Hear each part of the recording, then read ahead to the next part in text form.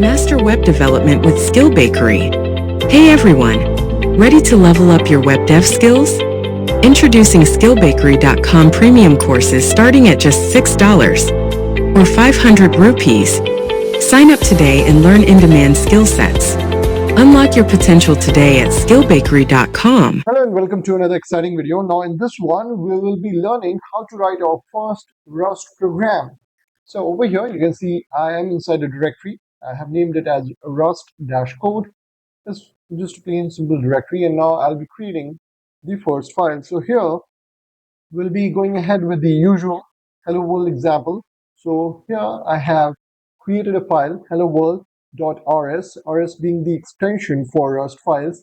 And once you've done that, the first thing that you need to write over here is fn. So fn as in short form for function. So fn, and then it needs to have a method or function named main. So you write main and then provide the parameter bracket.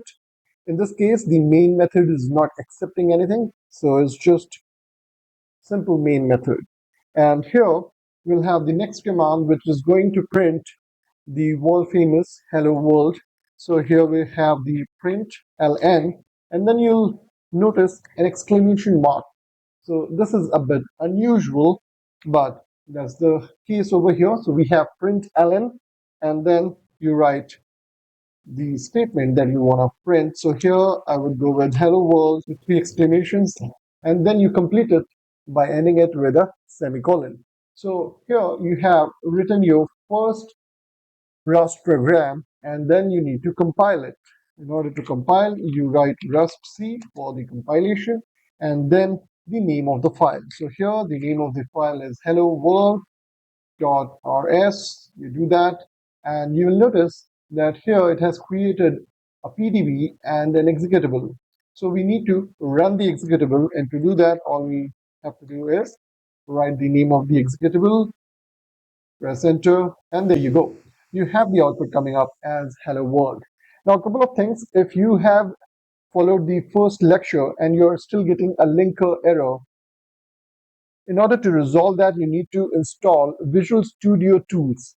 Now, you can simply go ahead and do a Google search, and it will bring up the Visual Studio Tools, and you can install it. And this is specifically for Windows. If you are working on any other operating system, then you might not face this issue.